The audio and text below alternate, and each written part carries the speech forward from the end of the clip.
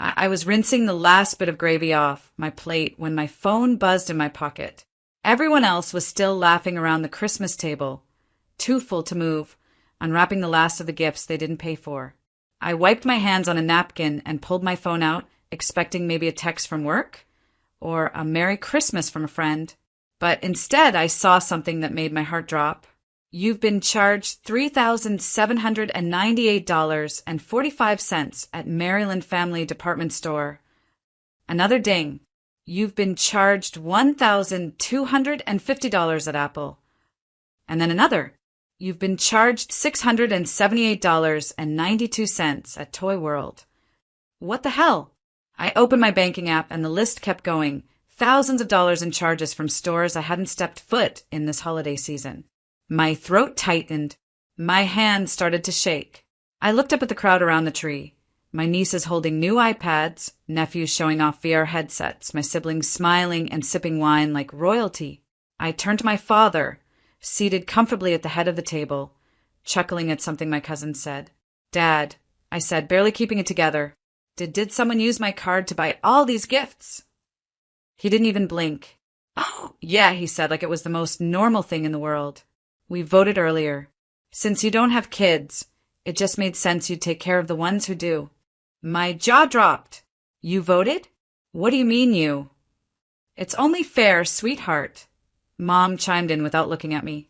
"You're doing well. You know how expensive kids are." I felt like the room was spinning. I took a deep breath, stood up slowly, and looked my father dead in the eye. My voice trembled, but my words didn't. "Then you're gonna love what comes next." He chuckled. "Relax, Linda. Don't make this a big thing. It's Christmas." I didn't answer. I just grabbed my coat, my purse, and my phone. I walked out that front door without saying another word. The next morning, my phone would blow up with 53 missed calls, my cousins would be screaming, and my mom would be begging. But that night, I started something they'd never forget. As I walked to my car that night, the cold winter wind wasn't nearly as chilling as the words Dad had said. We voted. That part kept echoing in my head like a cruel joke. Who votes on someone else's bank account? My hands trembled as I pulled the receipt from my email. Over $1,200. Every single gift, every single item for all 7 kids. None of them were mine. I had no kids. I wasn't even married. But apparently that meant I was the designated wallet. I sat behind the wheel, phone still in my hand, screen glowing with the total. Mom had smiled when they handed out the presents. My sister Karen had looked me in the eye and said, "You're so generous, Maddie." And I thought it was just a compliment, not a warning. Back at home, I made myself a cup of tea just to stop my hands from shaking. I wasn't poor, but I wasn't swimming in money either. I worked hard. I budgeted. And I definitely didn't sign up to be Santa Claus for a family that didn't even have the decency to ask. Later that night, I couldn't sleep. I stared at the ceiling and thought about how often this had happened in little ways. Paying for dinners because you make more. Buying birthday gifts for kids I barely saw. Flying in for every single family event while they never visited me once. I had always told myself, it's family. It's okay. But this time it wasn't okay. This time it felt like a theft. Like my love had been turned into a debit card they could swipe whenever they pleased. The next morning, I woke up with purpose. I grabbed my laptop and opened my banking app. I saw the charge again, bold and unapologetic. Then I opened the group family chat, the one that usually buzzed with baby pictures, memes, and prayer request messages. I typed one line and hit send. "Dad, I'll be sending you an invoice today for the holiday expenses. Please split it equally among the parents who received gifts. You all have 48 hours. And then I turned off notifications. Within minutes, Karen replied, "What? Is this a joke?" "My brother-in-law." "You agreed, Maddie. We talked about this." Then Dad chimed in. "No need to be dramatic. It's just Christmas. You don't have children and they do. It's fair." I didn't respond. Not yet. I wanted them to sit with that discomfort. By noon, I'd sent out formal invoices via email, itemized with cost, shipping, and even the tax breakdown. And then I waited.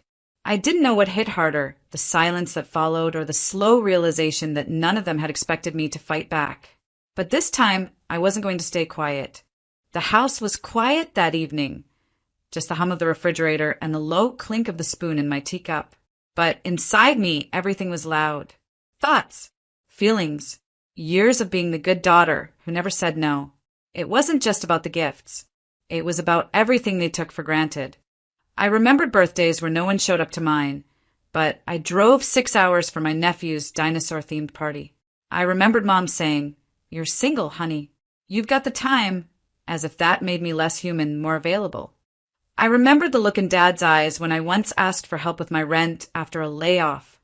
Disappointment, like I had failed the family. I had always been the helper, the emotional fixer, the ATM with a smile, because I thought that's what love looked like. That's what family meant. But as I sat there in my cozy little apartment, alone after giving so much, I realized I was just the easiest to use. And they'd kept doing it because I never stopped them. My chest ached as I scrolled through old photos. Christmases where I wrapped the gifts, cooked the side dishes, and smiled for the camera while holding kids that weren't mine. I'd always told myself that one day they'd appreciate me. One day they'd say thank you. But this year, they took my money, laughed about it behind my back, and acted like I owed them. I started crying quietly, not out of sadness, but because it finally hit me how alone I truly felt in that family. I wasn't a sister. I wasn't a daughter. I was just convenient. My phone buzzed. Again. This time it was a message from Mom. "Maddie, don't make this into a thing. Your siblings are struggling. You know that. Please don't create drama during the holidays." I stared at the screen. Drama? They emptied my account without telling me, and I was the one making drama? I took a deep breath and typed.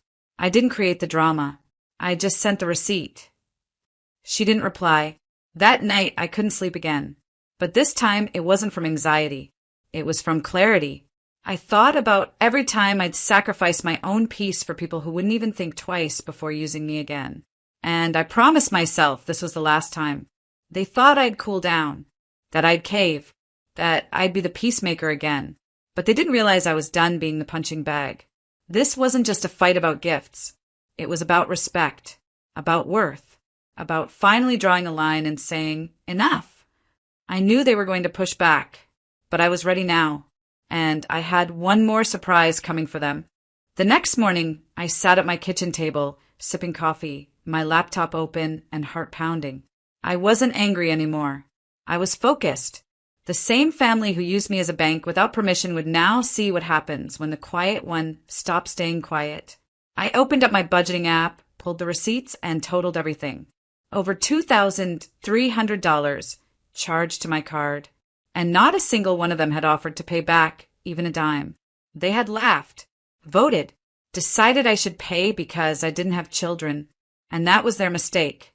Because while I may not have kids, I had power. Financial, legal, and digital. First, I filed a charge dispute with my credit card company. One by one, each charge, from Amazon orders to toy stores to an online boutique my sister-in-law swore she couldn't afford, was documented with screenshots. It was all linked to their shipping addresses and their emails. They were so lazy they didn't even hide it. Next, I drafted a message, polite, clear, and cutting. Hey, just a heads up. I filed a formal dispute with the bank for all the unauthorized charges made on my card. Since I didn't approve them, the bank will be contacting the merchants directly, and it might affect your accounts. I'll be keeping documentation for legal reasons. I hit send to the family group chat. Not one reply, just the 3 little dots, and then silence. But I wasn't done. I remembered how every holiday I hosted. I bought the food. I decorated. My home was their gathering spot. So I created a new group chat, family holiday planning. Then I typed, hey everyone, just a heads up. Christmas at my place is canceled this year. I'll be traveling. Best of luck organizing something else. Red heart. I left the group. It was petty, but it was also power. And then came the final move. I had access to the family's shared photo album, which I paid for. I went in, backed up everything, and removed their access. Years of memories? Still safe, but now mine alone. By noon, my phone started buzzing.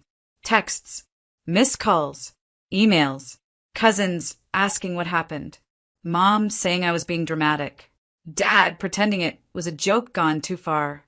But the moment that truly flipped everything? A voicemail from my brother.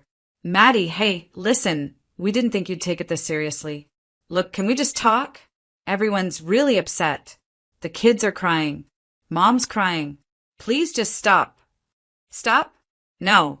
This was just the beginning. They thought the quiet girl wouldn't bite back. But I had just reminded them, niceness is not weakness. And when you cross someone who's done nothing but love you, you don't get to decide the consequences. The day after I sent the message, my phone started buzzing uncontrollably. There were so many texts I couldn't keep up. They were begging, pleading. My mom, my dad, my cousins, my brother. They all wanted to know how to fix it. They kept saying it was just a mistake, just a misunderstanding. But I wasn't hearing it. They didn't understand. I had heard those words before. Just a misunderstanding. They had used that excuse to take advantage of me for years. It wasn't a misunderstanding. It was a pattern of disrespect.